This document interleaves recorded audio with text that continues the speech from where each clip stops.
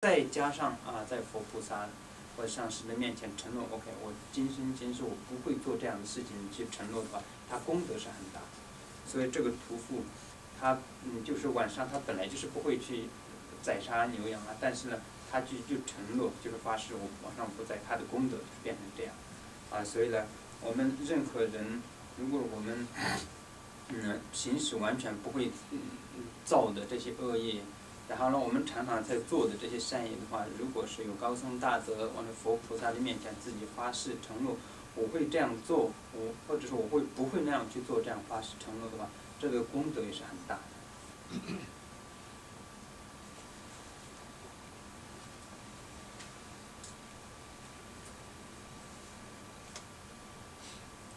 At the time of the Buddha, there was a village butcher who made a vow never to kill animals at night.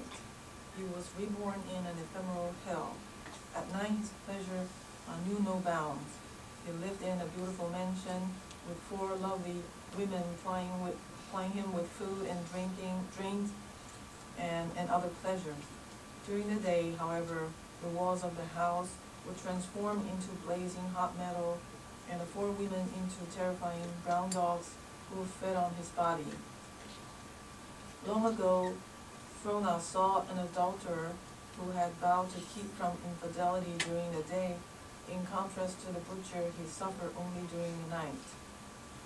So these 2 accounts sort of give you another example of the fact that if you are able to commit to certain type of discipline, knowing that you're not doing it anyways, but then you sort of reinforce it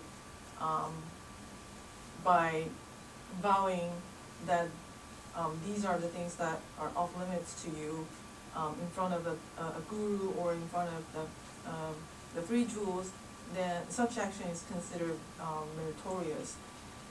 And the example here given is just to say that even though he's still committed in killing, the case of the butcher, only during the day, but he maintained his vow by not killing an animal at night, and the fruition of that karma is that he will be able to, even though he took rebirth in ephemeral hell, but he was able to enjoy pleasure at nighttime, and yet the suffering comes on during the morning, during the daytime.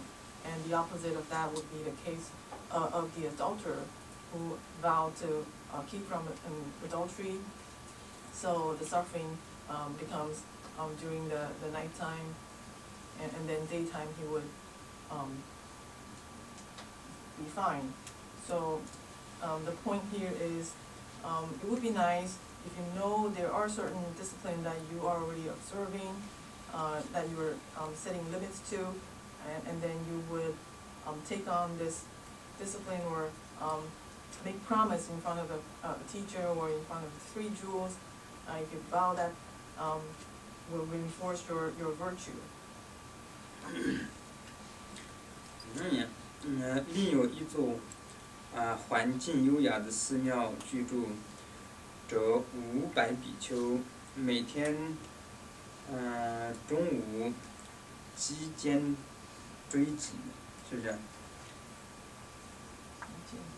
击剑追击，其实这个总之就是说，我们以前的那些比丘呢，他们要聚集的时候呢，有一个这么长的木头，然后木头是6个方位的，6人的木头，然后呢就是敲那个木头，那听到那个木头的声音，大家就要聚集起来，主要就是讲的是这个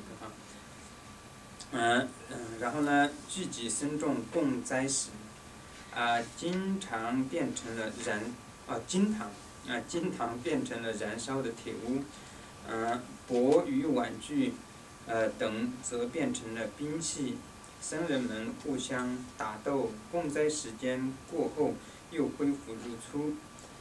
这是以前迦叶佛时许多比丘午饭时争吵的一手果。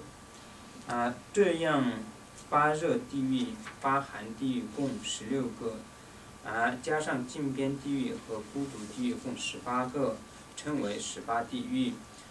应当详细了知这些地狱的数量、寿量所受的痛苦以及转生地狱之因等等，对生于地狱中的有情升起悲心，并因精进行持自他一切众生将来不生地狱的各种方便，否则虽表面上闻法行法，却为实修，将会成为傲慢的佛教有子之因，并为圣者何则智者修入之处。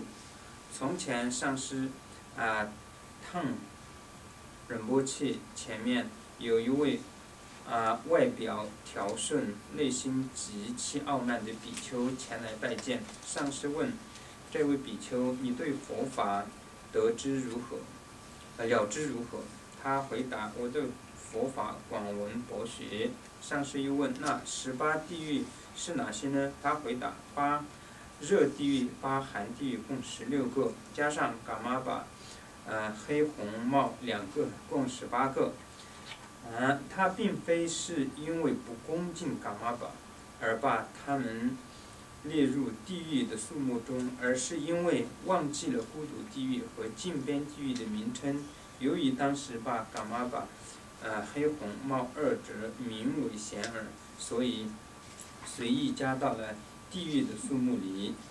如果这样求法修行，对词句尚未明了，则真的成了惭愧之处所以呢，这个就没有什么不知道的，就是说在修行的时候并不是只是闻思，就是学佛就可以，而是要去修佛的意思，修行的。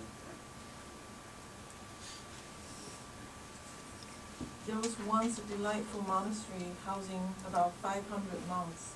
When the bell rang around midday and the monks gathered to eat, the monastery would turn into a house of burning metal. The monks' begging bowl, cups, and so forth would change into weapons, and the monks would beat each other with them. Once the lunch hour had ended, they would separate and take their places again. In the days of Buddha, Kashyapa, many monks had argued at that time of the midday meal, and this was the fully ripened effect. These 8 hot hells, 8 cold hells, the neighboring hells, and the ephemeral hells are together called the 18 hell realms.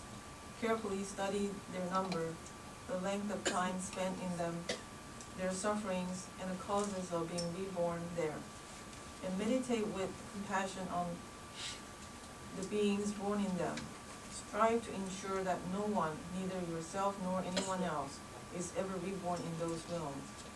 If you are content just to listen and know all this intellectually, without making it a living experience, you will just become one of those obdurate and arrogant practitioners criticized by sublime beings and condemned by the wise.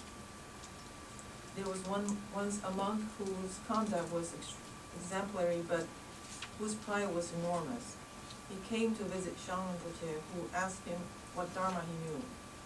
"I have listened to many teachings," replied the monk.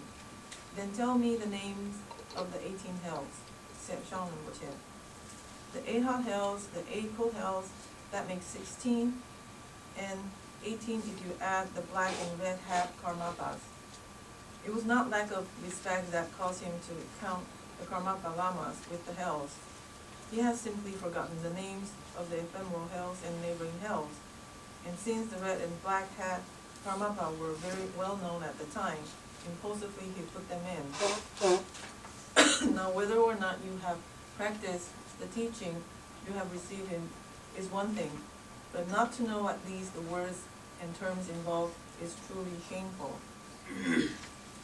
So just to state the fact that just by listening and reflecting alone is not getting to the essence of the practice. You have to really put yourself into actual practice. 那今天呢就是前行的课就讲到这里然后呢是有一个怎么说呢就是根据我们的